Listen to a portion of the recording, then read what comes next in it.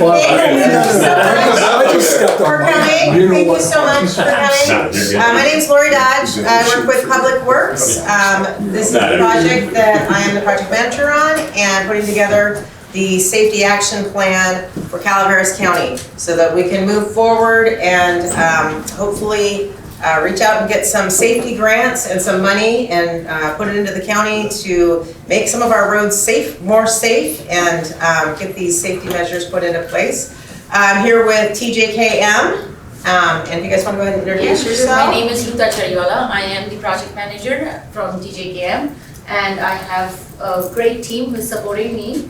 Hi, I'm Rithvich Patel, also go by Rudy. I'm one of the task leads helping Ruta out. Next we have Melissa. Hi, I'm Melissa Estrada. I'm with GHG, and I'm joined by my colleague over there, Sarah. We're providing public outreach support. And we also have Grishma over there who's also providing the support for the project. So later on when you have questions, all of us are available to, answer any questions you may have and discuss openly. So we'll get into the presentation? Yeah. Okay, so we have a quick presentation for you. I won't ramble too long, so then we can discuss any questions you have, concerns you have, look at the boards back there and, just have an informal discussion. So today we're going to talk about the Comprehensive Safety Action Plan, which I'll refer to as CAPS throughout the presentation.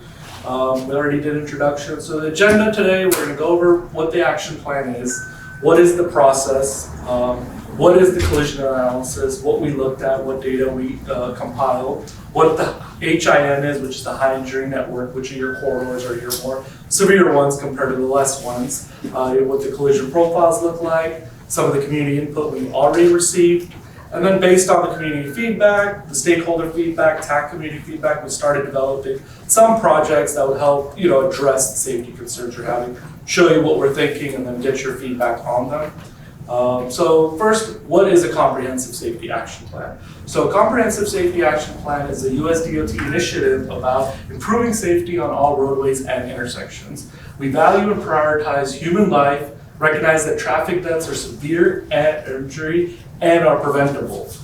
We want to design roadways that can account for human error, promote lower speeds if possible, and expand safe transportation options, advance the roadway safety and equitability, address collision risks proactively instead of reactively. So if we do see some collision trends in one area, we try to proactively address them in other areas where you may not have the collisions just yet.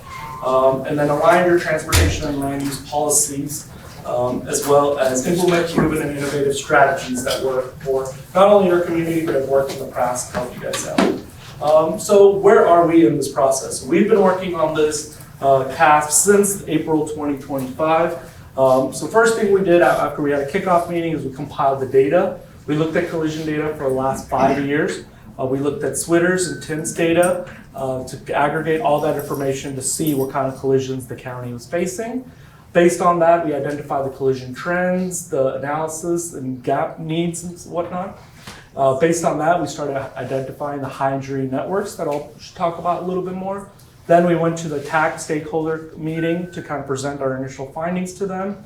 Then we started developing our safety countermeasures to see what can be done throughout the county to improve safety. Then we had another TAC stakeholder input meeting to kind of present our ideas and thought processes, get more feedback. Then we started integrating a plan and prioritizing improvements and kind of identified the projects. And the star is where we're here today, where we want to hear from you. You're the folks that are here every day, see the collisions, see the issues, and sometimes the data will not capture all of that. So we want to hear from you where your concerns are, where you think is unsafe on the county roads. That's what we're focused on. We want to know about the county roads and what day-to-day challenges you face, and then we can see how the collision data aligns with it as well and kind of give you some feedback. And then we're going to, after this meeting, we'll develop a draft plan, make it a final. And then the biggest thing is getting adopted by the council, because once you have an adopted plan, you can go after grant funds and other opportunities to now start building those improvements that we've identified. So let's see, what does your collision analysis show you? Right, so I lost you at TAC. What is TAC? Oh, Technical Advisory Committee. Gotcha. Sorry, I'm going to throw a lot of acronyms at you, so bear with me. And if you have questions, I can always translate them for you. Okay, so collision analysis. So what does it show? So the top 3 types of collisions we noted based on the data is your hit object, overturned, and head-on. You have about 356 injury collisions. And out of those, these are the statistics that we looked at. What are your violation categories? A lot of it is improper turning, DUI, and unsafe speeding. And then when you see the KSI nomenclature, that stands for killed and severe injury. So those are your fatal or really bad accidents, and that's what the Comprehensive Safety Action Plan tries to address and reduce those and bring them down to 0 if possible. Lighting conditions, you can see about 36% of them happen at nighttime. And one of the big ones is you can see, can we keep questions till the end if possible? Unless it's I wanted to know what the time frame was for the 350. Oh, that was from 2020 to 2024. Yeah, that was the last 5 years. Typically, all these plans, whenever we start them, we look at 5 years prior data. That's by default for any agency we work with. So you will see like a lot of your collisions happen under roadway segments. Usually there's always a distribution between roadway segments and intersections depending on jurisdictions, but in your case, a lot of them are happening on the roadway segments themselves. So 70% of those, right? Would you define roadway segments? Is between your one intersection to the next intersection. So like at the start of Jerry Lynn, if you imagine from Highway 26, Jerry Lynn Road right here, up to the next, Jenny Lynn Road, sorry. My bad. So many roadways in my head. So they would be inclusive of, say, Kirby from Jennings Road to Malton? Correct, Okay, yes. thank you. Mhm. Yeah, not at your like 3-legged or 4-legged intersections. We categorize those separately. And you'll see that based on the projects we've identified too. So what did the data show us? These were your highest collision profiles you can see and then here are the roadway segments that showed up the highest. Well, typically we look at the roadways that have the most KSI. They rank higher in your list compared to the ones where you don't have as many KSIs. So here's the list, and this by no means means these are the only roadways we're looking at. We just want you to know like these are your roadways of concern.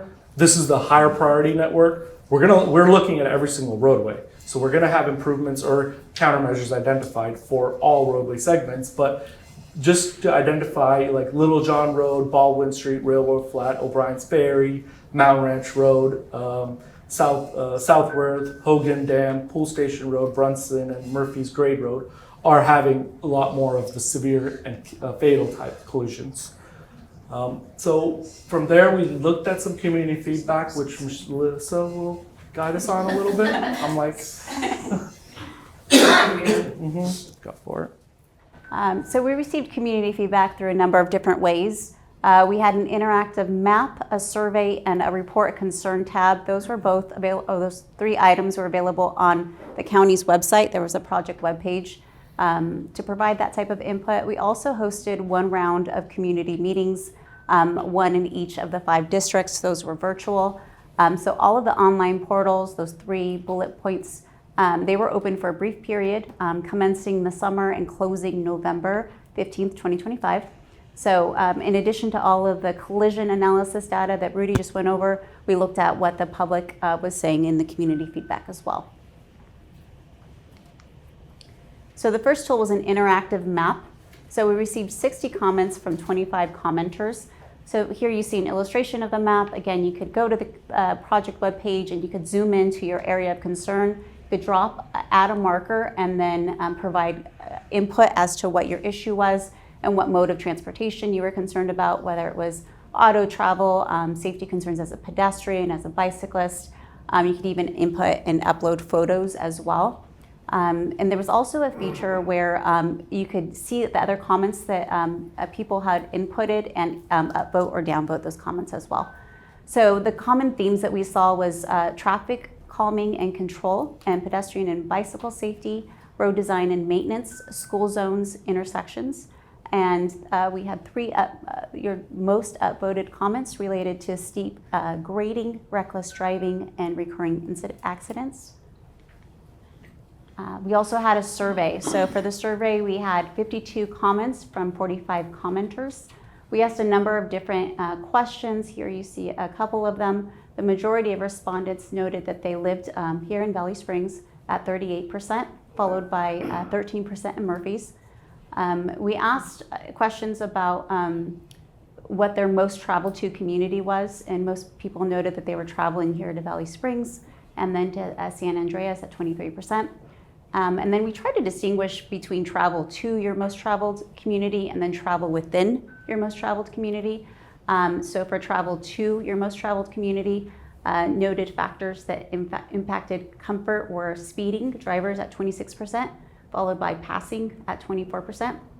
And then what's within your most traveled to community, factors impacting comfort included, again, speeding drivers at 23%, followed by challenging intersections at 17%. So we asked in these two tables additional information about improvements they would like to see for travel to your most travel to community. For that first table, we saw that people wanted guardrails at 48%, followed by lighting at 33%, and enhanced delineation, and then advanced warning flashing beacons. And then for improvements within your communities, the highest item was lighting at 47%, followed by sidewalks and high visibility crosswalks. And then we also had a tab on the project webpage where you could input additional comments and questions that you had. So we received one comment from one commenter, and they noted an issue on Highway 4, and they provided feedback on what they would like to see there as well. Again, we had a round of community meetings during the summer. Common themes that we saw, again, was traffic calming and control, speed control infrastructure, and the infrastructure improvements that were recommended included widening roads, turnouts, and guardrails. They also recommended safety and education programs, which is a component of CSAPs as well. For the education, they noted things like increased police enforcement and trainings. For the comment feedback, the main issues again were speeding, DUIs, distracted driving, illegal passing, and poor road improvements. And commenters noted the improvements such as streetlights at intersections would reduce last-minute braking and accidents. I'll pass it back to Rudy. All right, thank you. So I wanted to quickly now go over the six safety projects we've identified and kind of give you a high-level overview. After this presentation, you can walk to each board and ask us more questions about them, and we can have a discussion and answer any other questions that come out of it. So the first project we identified based on the collision data was the corridor safety improvements. As the data showed, we have a lot of fatalities, severe injuries happening on your corridors. So what can we do to improve your safety there? A couple of the ideas will be implementing longitudinal rumble strips. These rumble strips that you put on the edge line and center line to alert drivers to stay within their lane, because some of the collisions you guys are having, out of the 63 KSI, you have total of 214 collisions, 128 of them are hit object. So a lot of people are swerving off the road, maybe they're swerving onto oncoming traffic, so distracted on the phone potentially, right? So those rumble strips will help people stay in their lane, especially at nighttime if they're drowsy and not paying attention. Other improvements we would look at is advanced warning signs throughout the corridor, especially on curves and sharp turns. You want to make sure those curves have proper warning signs so folks know, hey, I need to take this turn slowly. I can't be taking this at the fast speed. I'm going in the straight line. I need to slow down to make this turn, right? So those type of signs that help. And then the third one, the install radar speed feedback signs. Those will be more focused as you get into town and lower speed roadways. Because the idea behind those is we want to add them when you enter a low speed roadway. When you're coming off a fast county road, you want folks to slow down. You add those signs at the entries to get people to be more alert of their speed, slow down, like, hey, you're going too fast, slow down. And those signs typically help to alert drivers, like, I need to be a little more controlled. I'm entering a lower volume roadway. So these type of improvements are suggested for your roadway improvements. And the CRF you see there is a term for crash reduction factor. So based on the FHWA guidelines, if you apply these countermeasures, you're expected to see roughly a 30% reduction in those collisions. So that's the idea here. So this is a map showing just the layout of the locations, kind of identifying all the individual locations. You'll see that in project board 1 behind on the right next to the easel right there. So there's more information there that you can look at more closely. Add sticky notes, gives us more feedback. Again, by no means is the final list. This is just a starting point from what the data was showing us. And we want to get your input on do you agree with this? Do you think there are segments missing that are dangerous that you would think would benefit from some safety enhancements? So we want to hear from you on that. So the next project we looked at is installing turnouts. Based on the feedback we got here, this project is also going to get expanded to add guardrail improvements and HFST, which is high friction surface treatment, to this project. This is from the first couple meetings we got and the community data. For this one, the idea here is we've also identified roadway segments that would benefit from turnouts. It gives you a safer way to move out of people tailgating you, letting them pass potentially. It's also helpful during your fire evacuation drills. The turnouts help emergency department to safely go through those roadways instead of being stuck behind a bunch of cars. So we really think it would help from those. And this type of countermeasure is going to give you about a 20% reduction. Once we add the guardrails, HFST, that might change. And again, this map is going to show you the locations we've identified. We've looked at the evacuation route maps and kind of identified those types of roadways that would benefit the most from the turnouts. But again, we'd love to see your feedback. If you think any roadway is needed for turnouts, just let us know. Next project, project 3, this is more of your improvements at your intersections. What can be done to make your intersection safer, especially your unsignalized intersection? So a couple ideas there would be installing warning signs at your intersections to better alert, like you're approaching an intersection, be ready for cross traffic. If you're coming on a minor street, add signs, they say, hey, cross traffic does not stop, so you better stop, check both ways before you proceed safely, things like that. Other enhancements we can do to potentially existing signs is adding flashing beacons to them, so they will be better visible at nighttime or during foggy conditions or adverse weather conditions, to just bring more attention to the traffic condition ahead, so drivers are more aware of what they're approaching.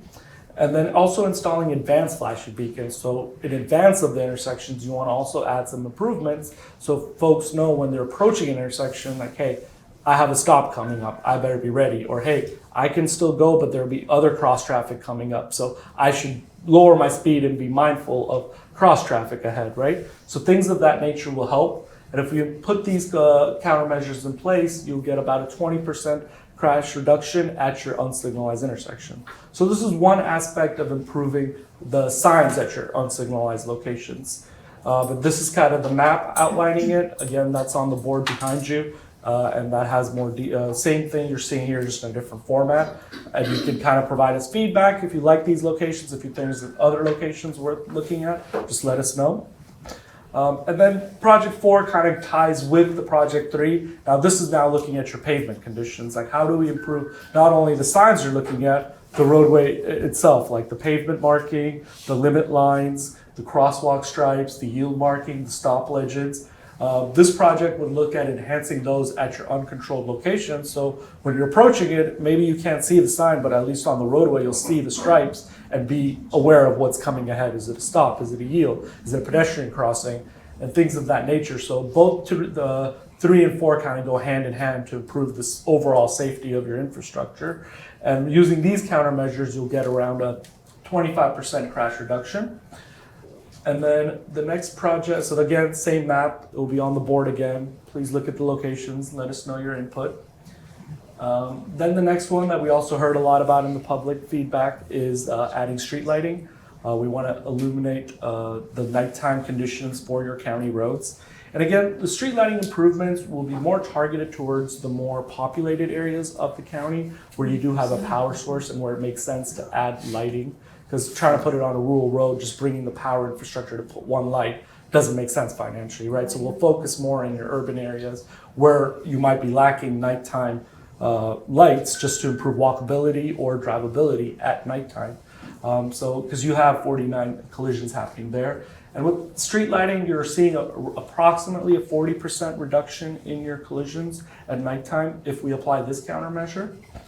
And again, this is a map kind of showing around the county where we've identified it. One thing I forgot to mention, we did highlight between each district where the locations are to just help kind of track down some of the locations, because some of them might be outside of your district area also. And then the last one, this is more of an educational awareness type program. One of the things we did notice in the collision data is the county does face a lot of DUI collisions. So we identified the locations or the districts that face a lot of the DUI collisions. And we want to do an alcohol awareness program, just to better educate the residents and everyone about, drinking and driving, being safer on the roadways, making roads safer for everyone. The county's health department is already working on, with an OTIS grant, for improving, doing the DUI education. So this would just further help reinforce that and improve the education component of drinking and driving and just being safer for everyone on the road. So this is another thing we wanted to highlight. The county just was awarded the OTS grant I mentioned. This is more related to preventing. This is also from the health department, but this is tied more to data-driven efforts to protecting vulnerable road users, including children, pedestrian, bicyclists, teens, and programs and activities will range from all the items you're seeing here. They're for traffic safety education, car seat education, bicycle helmet distribution, community events to improve bike safety, community bike rodeo events to teach biking and how to bike safely on the road, teen traffic safety courses for reducing risky driving behaviors, certified seat technician training, and partnership with local enforcement to support traffic safety, prevent and injury prevention efforts, and then surveys and local studies to guide future safety meetings and improvements. So the county health department's already received this money and they're working on this effort proactively for the community. And then now what are our next steps? So right now we're here gathering as much feedback as we can get from the residents. We want to hear from you. We kind of want to dial in our safety projects even better. After your feedback, we're going to do some more further site visits, go look at the roadway conditions a little bit more. And then what is going to be the next few steps will be prioritizing and finalizing the safety projects, finalizing all the information you see here into a nice, concise report. The draft report will be prepared, summarizing all the feedback we've received from the residents, the TAC, and everyone, and rolling it into a plan that will be then presented to the council for adoption. And then once approved, we will use that document to go after grant funding, because this is one of those important documents that's needed to go after a lot of grants that are available. So that this document will help the county get to that level. And then with that, I want to thank everyone for listening to me. Hopefully I didn't put everyone to sleep. And then we're open for questions and we can have an informal discussion with the boards behind you. All right, go for it. Pat Roy, Rancho Calaveras, just about Jetty. I've interacted with your organization a couple of times in the open online meetings. And a lot of the stuff we discussed covered here. A couple of things I'd like to bring up that weren't is number one would be develop and post speed limits for some of the residential streets, because right now throughout the area there's a lot of people who think it's Le Mans as soon as you come into the neighborhood. As fast as you want to go, as fast as you can get away with, go for it. And for the most part, if there's curves in the road, it isn't safe for anybody, and the driver or anybody around it that speeds above 35 miles an hour. 40, 45 on the straight roads. Kirby was mentioned, and the traffic service was done for. Another thing would be road signs or street name signs, which I'm sure you've noticed. We don't have the light pollution of the big city. If you're driving down the road at night, you're looking for the name of the street, you can't see them. But solar lighting fixed to the top of those standards, those sign standards, could be pretty effective for something like that and economical. It doesn't require an additional power source other than the battery and the sunlight to go along with it. It doesn't have to be too much. Our road conditions, you brought that up here, but I don't think that's been given the amount of attention it needs, because at least since 2017, I've been involved in trying to get our local utilities to take care of the damages they've done to our roads. Now, excluding the project for AB pipeline installation right now, which is going to take a little bit longer, Baldwin, Kirby, Hardini, streets like that have been repeatedly dug up and repatched rather poorly, which creates quite a bit of a safety hazard, both in the fact that some of these patches will jerk the steering wheel out of your hand, and they cause vehicle damage. And vehicle damage creates an unsafe vehicle, which becomes a future accident because of an unknown condition. So, you've covered speed, you've covered traffic enforcement and training of law enforcement Mostly our local sheriff's department, CSP are really good at it. They don't need a whole lot of help in that respect. They just need assistance covering the territory. But those are things that I'd really like to see done or put on the possible agenda for things to be looked at. I mean, I don't know how much of this is already, is already hardened in the cast, but there's room for additions and expansion there. And again, this only encompasses county roads. Correct. Correct? Okay. I like the feedback. It's a fantastic idea for signs. We'll definitely look at that feedback. Regarding the speed and the pavement condition, that's a little bit of a tricky one because for residential roadways, putting speed limits is tricky until you do a speed survey and kind of define the roadway speed limits. We can't just go and add a speed I would limit think onto it. that for the residential side of the speed survey, the county owns the road, not the state. Correct. And this county can make a blanket statement, say, this is as fast as we want you to go. As long as it's divisible by 5, go for it. I'm just guessing that, I don't know. It costs millions of dollars just to do the speed survey. Yeah. And maintenance we cannot include in this particular project because that is a part of what county has to look at from year to year. And they have their own calendar and schedule that they go from corridor to corridor. Unfortunately, CAS does not fund you for maintenance of the road. So that's another thing that we cannot include in CAS, sorry.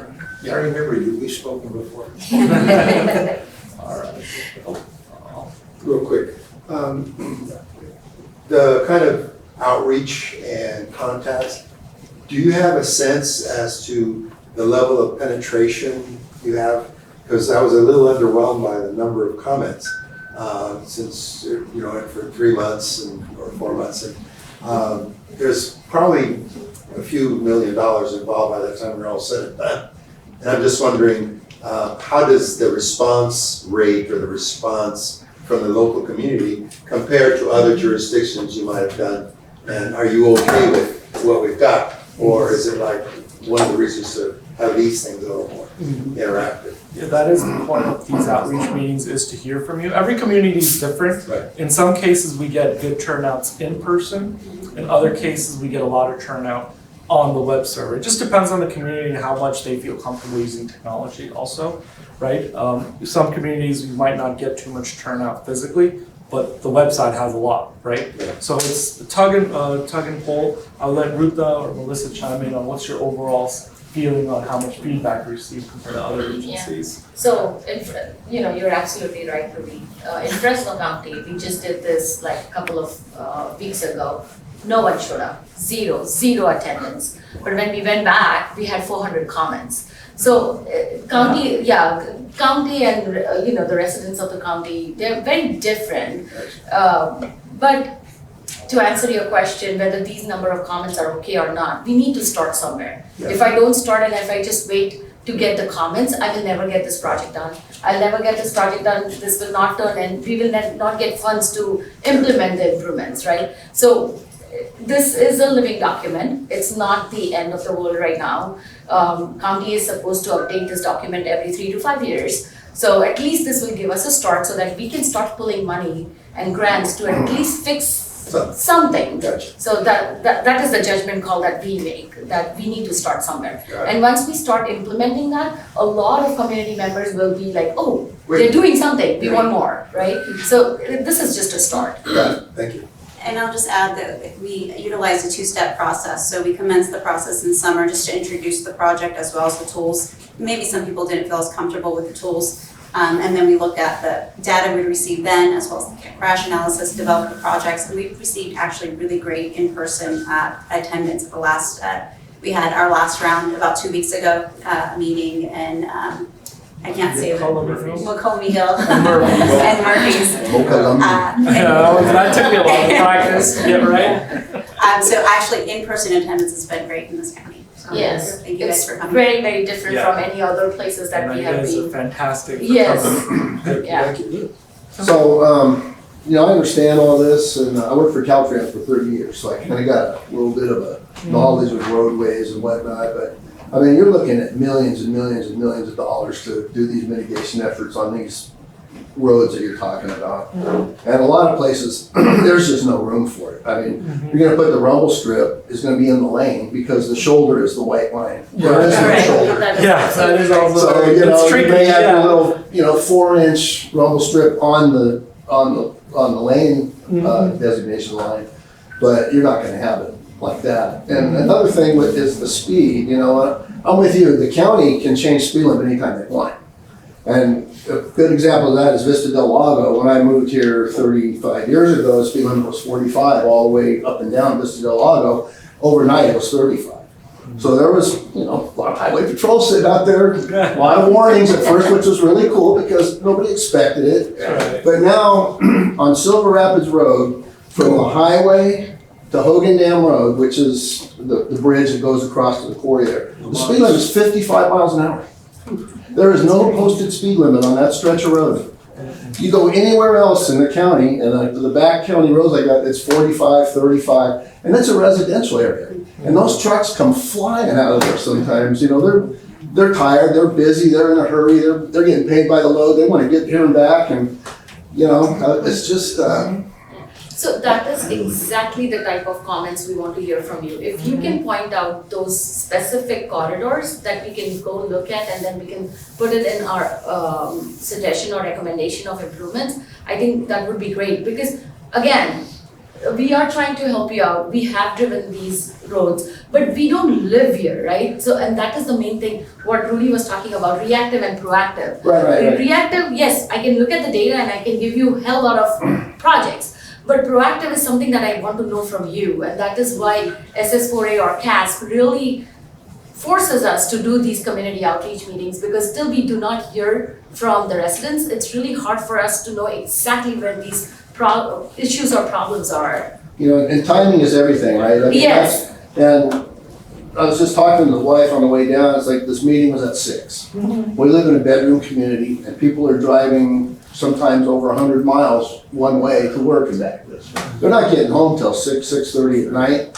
Meetings at 6. You don't get the crowd in here that is causing most of the problems. They just got home.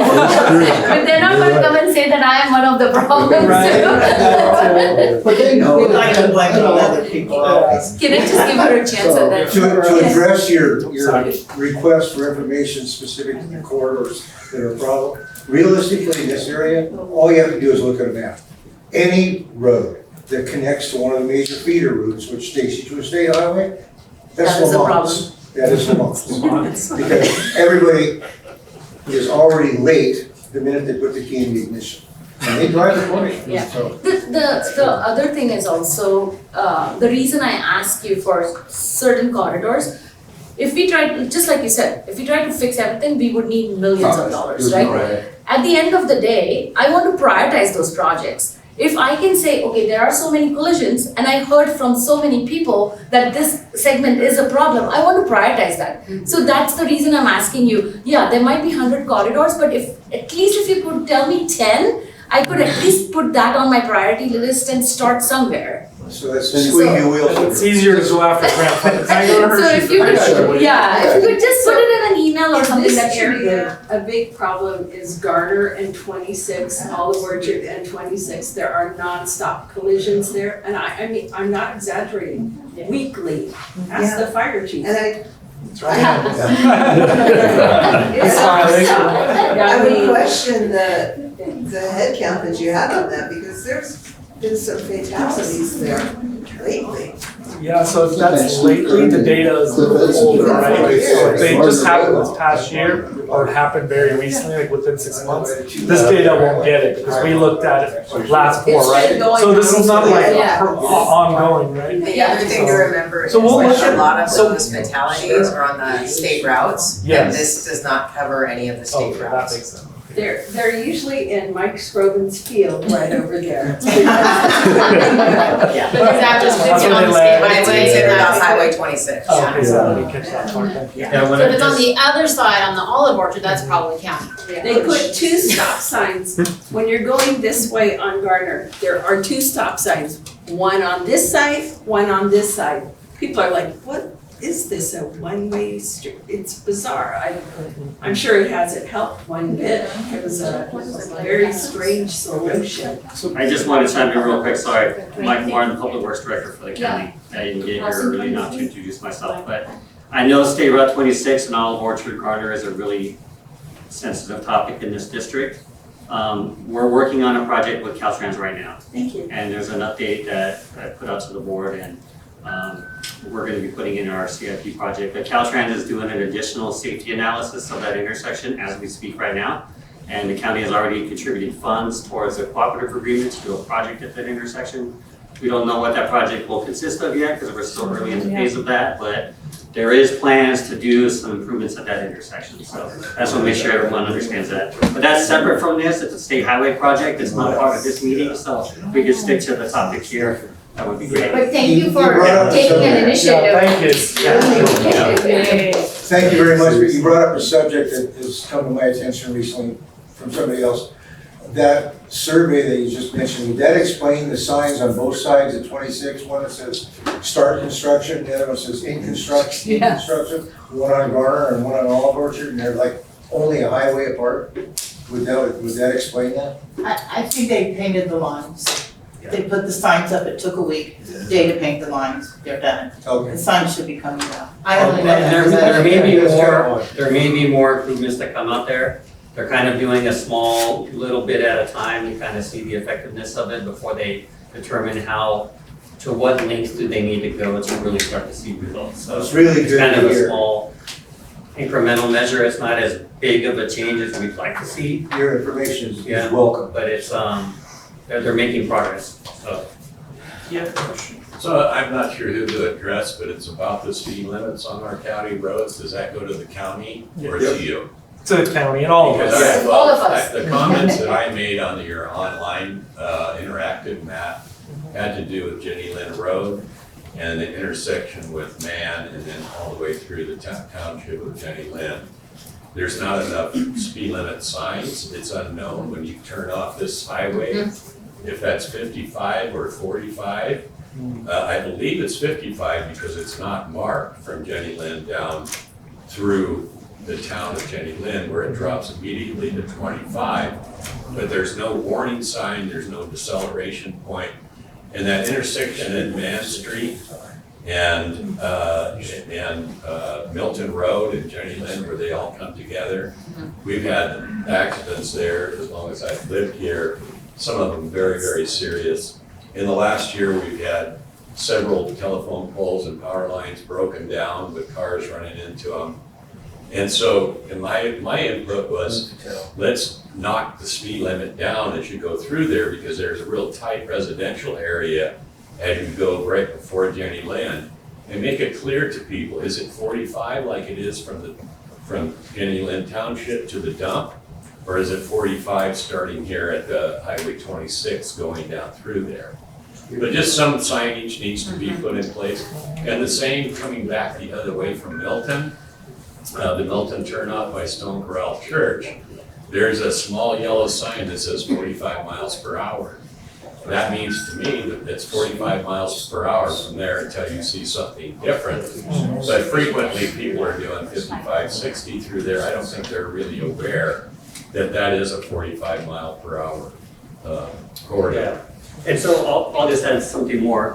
With regards to the speed surveys, that is the county's responsibility, and we're working on a separate effort from that. And we'll actually be relying on a lot of the data that comes from this to help us prioritize which roads we should be doing speed surveys on. We could use this document to help us get the grant funding we need to do the speed surveys, because they cost a lot of money to get them done. So it's kind of a separate effort, but it's dependent upon the outcome of this effort. So we're trying to line ourselves up accordingly. And so this input's all helpful, because they'll take that and give that to us. We'll use that information.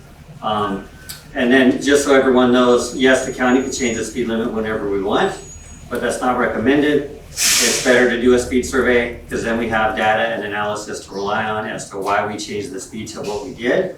And if we don't have a good basis for changing the speed limit, it's not enforceable, it could be challenged. And, you know, the credibility goes out the window, right? And nobody's following anything because they don't believe we know what we're talking about. So we'd rather have the data to rely on because then it shows that we've got a data-driven approach, so why we make the changes we do. And then it's more enforceable and it's more of an understanding as to why it needs to change, so.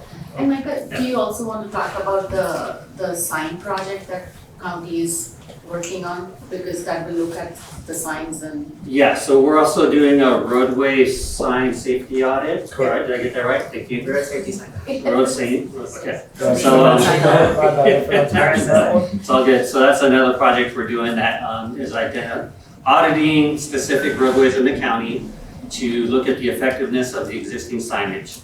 And some signage has been identified that needs to be upgraded or added or changed to help bring more awareness to curvy roads, you know, fast curve roads, recommended speed. You see those yellow speed signs, it's a recommended speed for that curve. Certain things like that. So that's a project that's already in the works. That started before this effort even started. So the interesting thing about this, and I know Rudy, you mentioned this, but I'll just put more emphasis on it. This effort here takes a snapshot in time of like what the roads look like right now.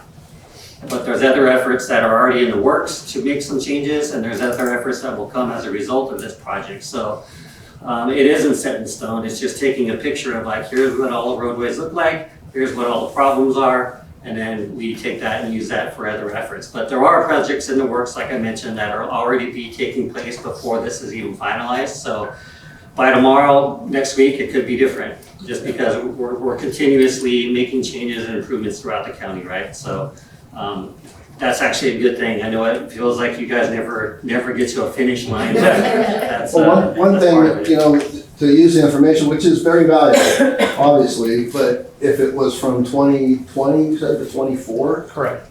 You're 2 years into it already, right? You've got Yeah. several developments that have already happened since then, and now the population's increased, the road traffic's increased, so this is pretty much null and void because it Yeah. doesn't really identify the issues that we're having now, because the traffic, you know, and you guys can attest to that, the conditions have changed so much in the last 2 years, it's just crazy. Well, It's to until Rita's point- 2024 December. Oh, sorry. I was gonna say, to Ruta's point, it's a living document, so. Right. The good thing about this plan is it commits us to continuous reevaluation. Every 3 to 5 years, we're gonna reevaluate again, because we know things are constantly changing.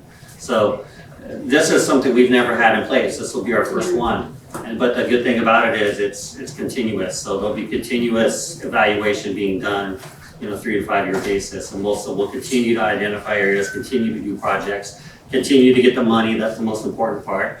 There's a lot of projects I already know that we need done, but I just don't have the money to do them. So that's the key.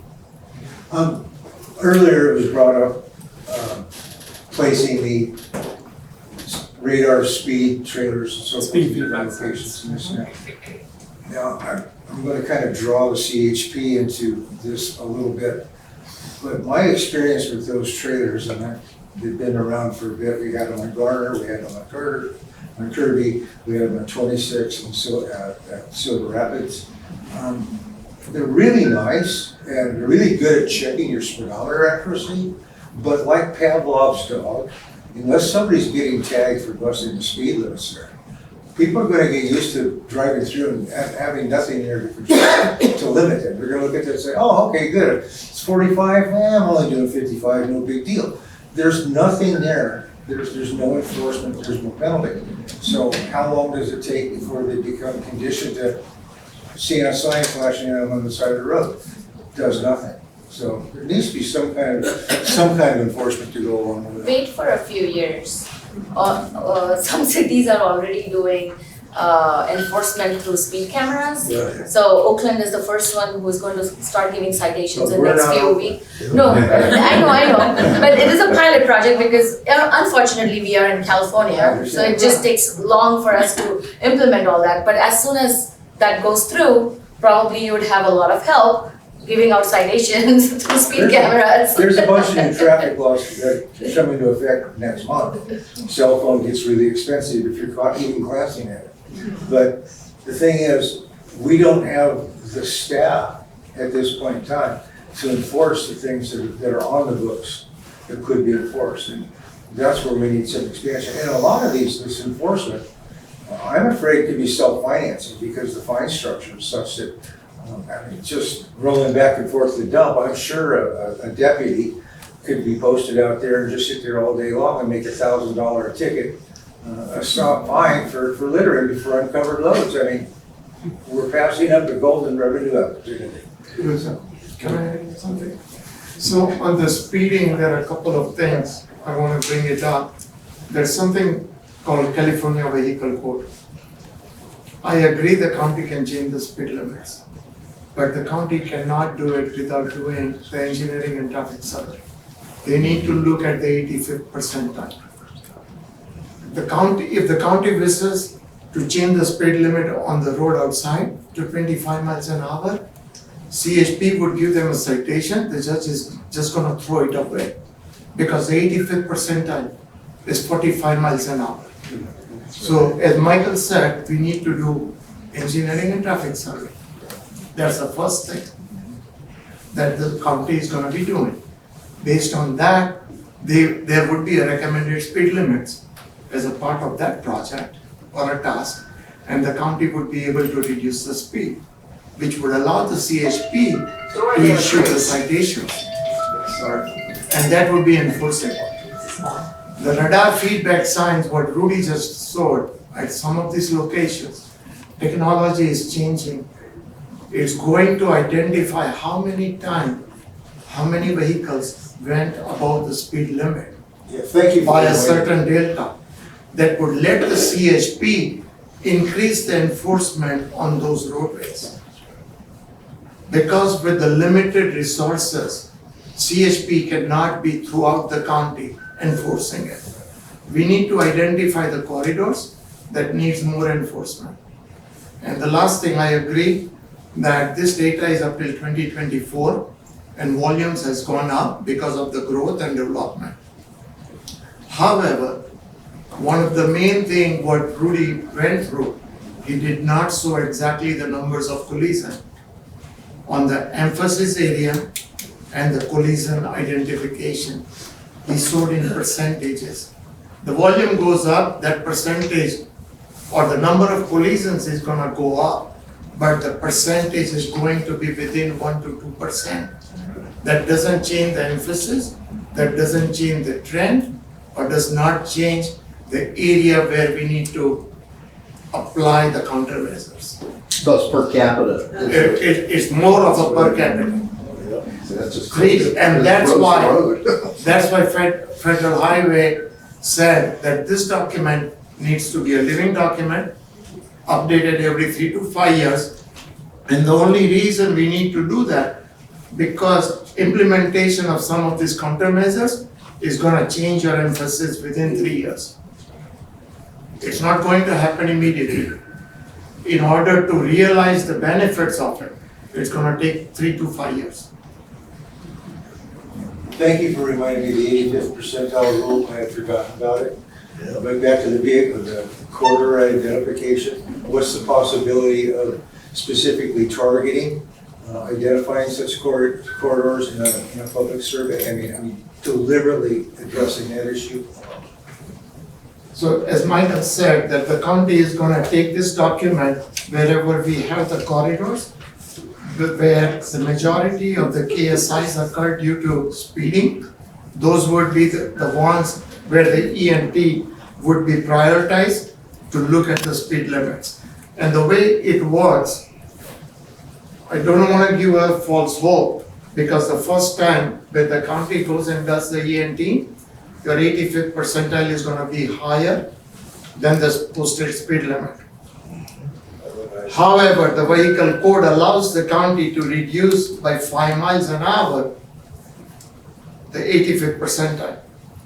So if the 45, it was a posted speed limit of 45, the 85th percentile was 49, it would be 45, and I also allow the CHP to increase the enforcement on that roadway, knowing that the 85th percentile is higher.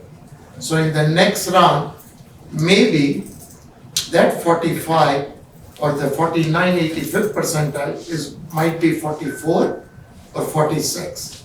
that would allow the county to reduce it to 40 miles. It's a gradual process Thank you. that would happen. Kind of changing the speeds a little bit from the speed. You threw out a big number of percentages on, you said 40, correct me if I'm wrong, 40% on lighting.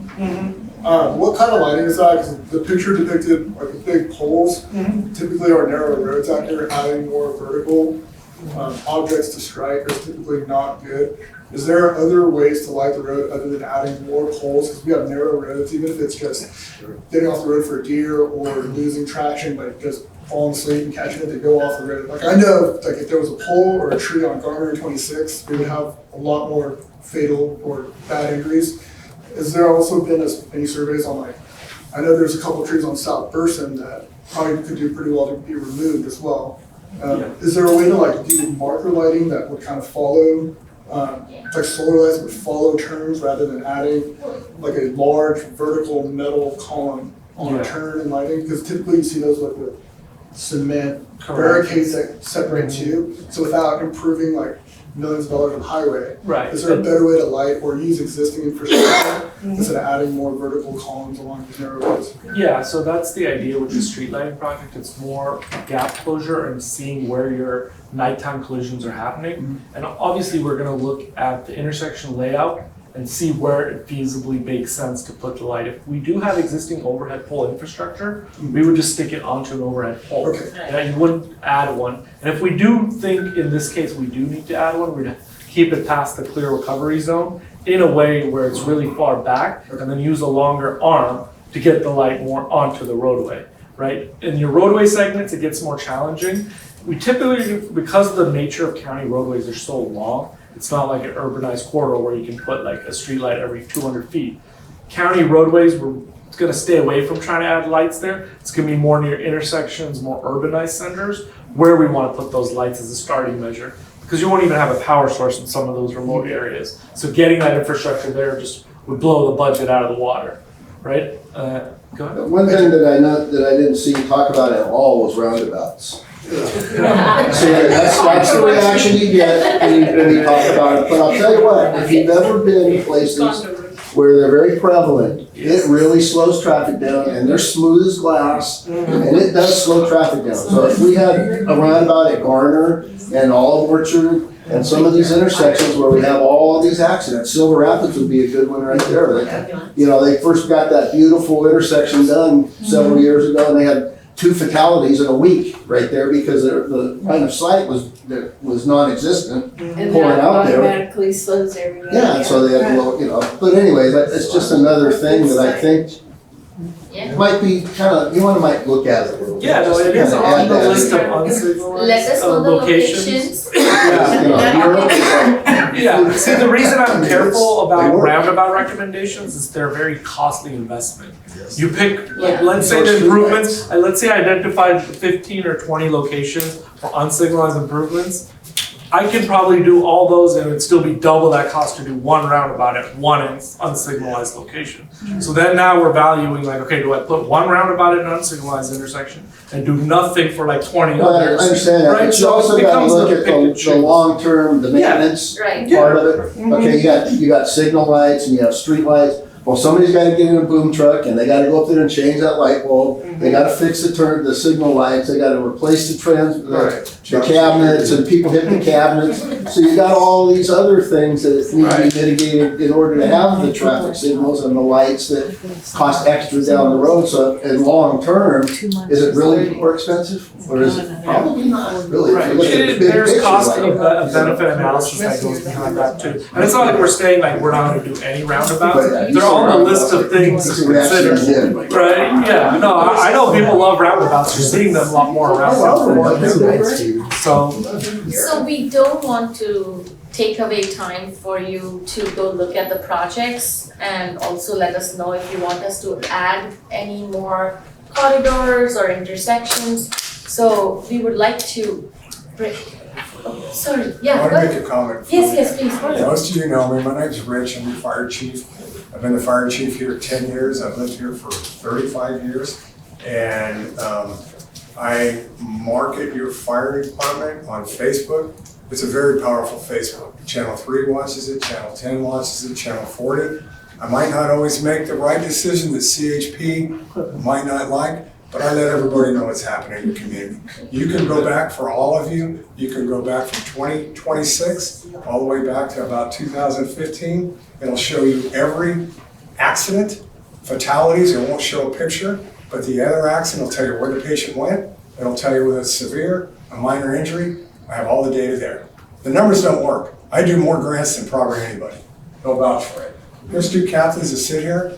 What I will tell you is that we're the ones that go out to the call and we have to deal with the human being. I worked in Fremont for 32 years. I was a battalion chief for 21. I didn't know anybody over there. But I'll tell you, the wrecks here are more horrific than what's going on in Fremont. 880 and 680 in Fremont with a population of 300,000 doesn't have what goes on here. I'm going to say another thing. When I put it on to the community after our 7 fatalities last year, I'd had enough. I was on her daughter, and I still wear the bracelet. You could tell me whatever you want. There was nothing like that for me. That was horrific. Her husband was my captain, right? People are out of control. Me and my white pickup that says C110, this got antennas on the top. They don't care. The phones, the erratic driving, the just not checked in, we call it our windshield survey. When we're driving, the windshield, we look out, I know they do the same thing. I'm constantly watching in my vehicle. I'm not gonna pick on you because you're here, nobody does that anymore. I am literally on your butt with red lights, probably the same for them, siren going, and people are checked out. Checked out. I can't get past them. I can't, the traffic will pull over. 26, what I don't understand up here is why we call it a unified approach. Why isn't Caltrans up here? I have 5 grandkids that live here. My daughter was in a horrific accident here. Again, I've lived here for 35 years. I don't understand it. Power to you for being here, power to you, but 26 and 12 are a nightmare. Garner and 26, you can take everything that's up there. You don't have your facts right. 26 and Garner, we've seen some nasty fatalities, right? And for Caltrans and Public Works, not the county, not to work together on that, you know, power, thank you for what you're doing. For these guys here, there's not enough of them. I understand that. But when that black and white's on 26, I see it. When they put the, Mr. Roy, when they put that sign up there, you can say whatever you want. Every time I went through, I had to check my speed. That's the fire chief. Shit. Oh, I checked mine. Shit, I'm 2 miles over the speed limit. Crap. Because you're coming down Silver Rapids, right? Silver Rapids is bad, right? I want, for my being selfish on my part, I want a red light at Garner and 26. I don't want a red light at Silver Rapids and 26. Understand what you're saying? You do all the work you want to do. But this corridor on 26 is a racetrack. It's a Daytona 500. It is. Right? And people don't care. I even put on the Facebook, which the other watch commander, he kind of, not scold me, but I wish we could work together, the unified approach. And I think you need the unified approach for Caltrans. Because if that's not going to happen, shame on Caltrans, right? Because it is a partnership to try to make this better, all right? And they're the ones that suffer. They're the ones that suffer. We got to go out there and deal with it. Where I used to work, I didn't know anybody. Here I know everybody. You know, and I don't want to go to you on your wreck. I don't want to pull the daughter out of the work and have to give her and Joe a hug. 7 fatalities last year.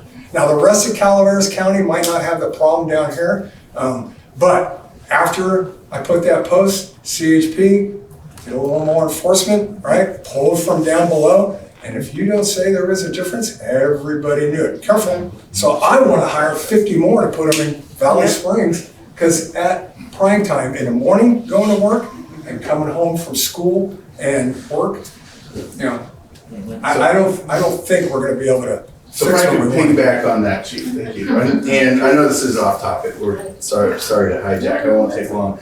So we have 2 more officers coming in next month. We're adding 2 more positions next month. They're coming in at a training capacity. So yeah, thank you. And that's on top of 2 additional that we've already added late last year.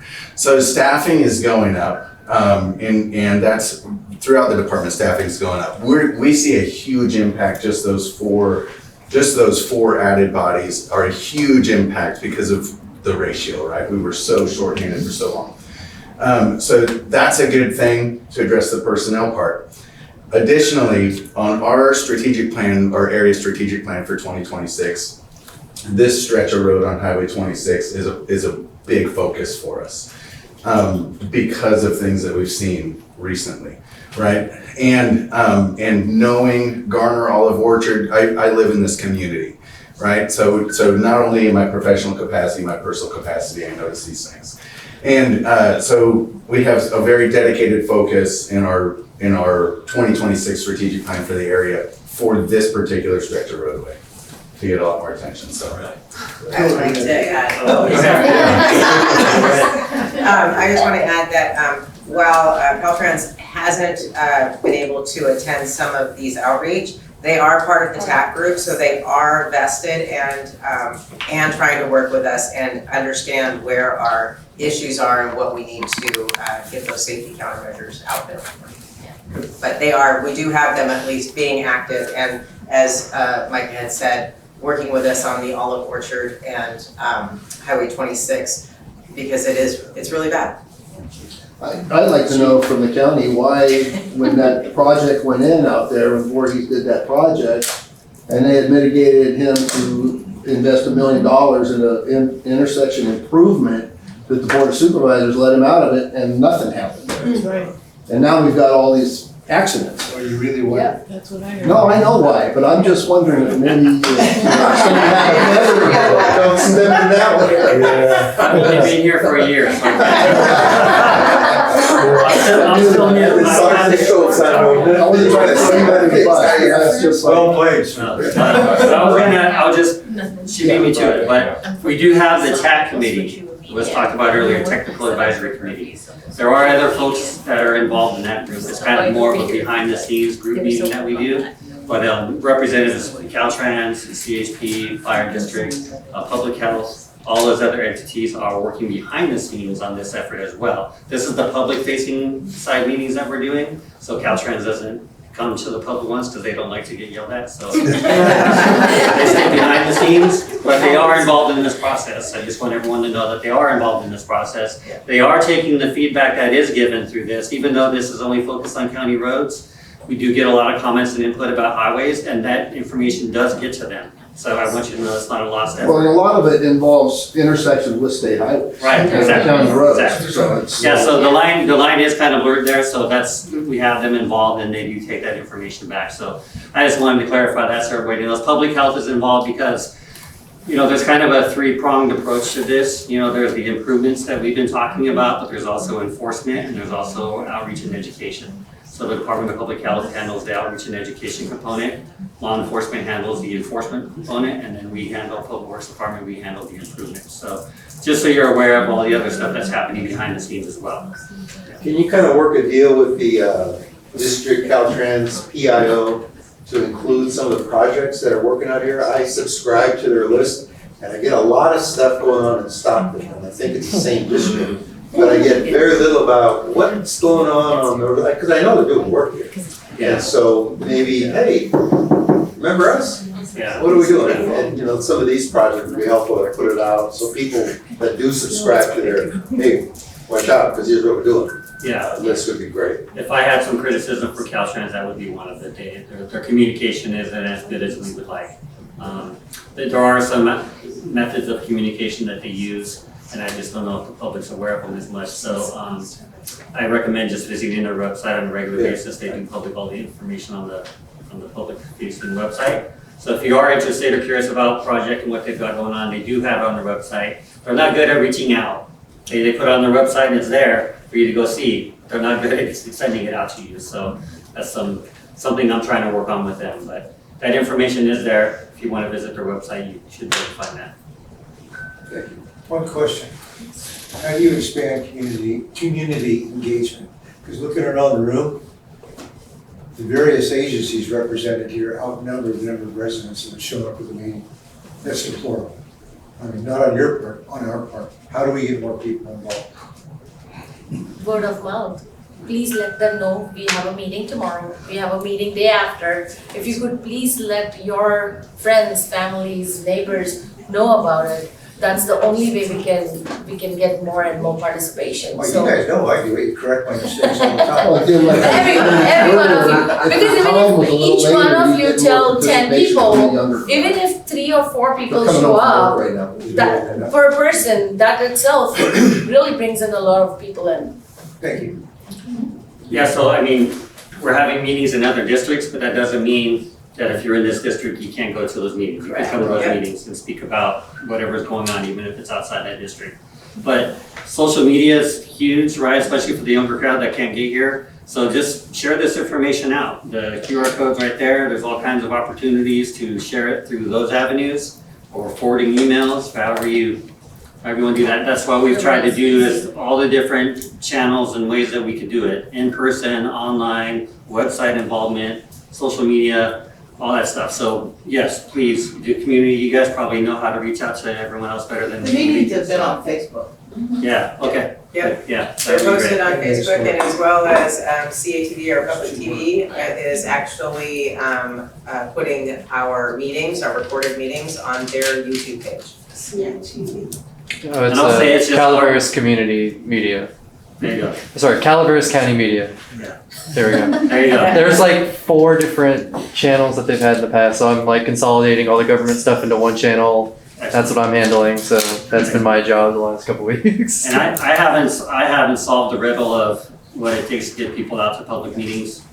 We've tried weekends, nights, late nights, I mean, different, working it just, parents are not gonna come, they Yeah. just don't have the time. board meetings are during the day, you know, it's hard to get everybody. People seem to prefer the online versions for some reason. Well, and what's funny though is, that's what I thought too, as well as I thought, well, you know, to go out and reach out to this community, we're all busy, nobody has time. So what better way to do it than virtual, to where you're cooking dinner and you have it on your little iPad or what have you.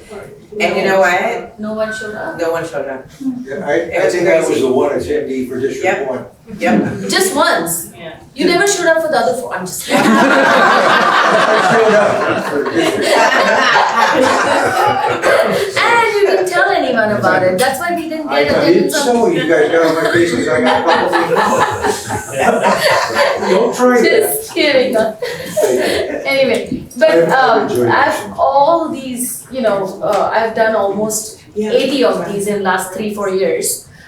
Really kudos to this community. I've never seen PD and enforcement and community members, everyone coming together and thinking and having the same goal and objective. I think that itself, you need to give it to yourself too. Thank you so much, because it's really hard for consultants to see the synergy between the community, and I really love it. I feel every time we go out back home and we want to do more for your community, because we're seeing that there's such a lot of participation and interest to make this community safe. So thank you so much. Really, really, really appreciate it. Thank you.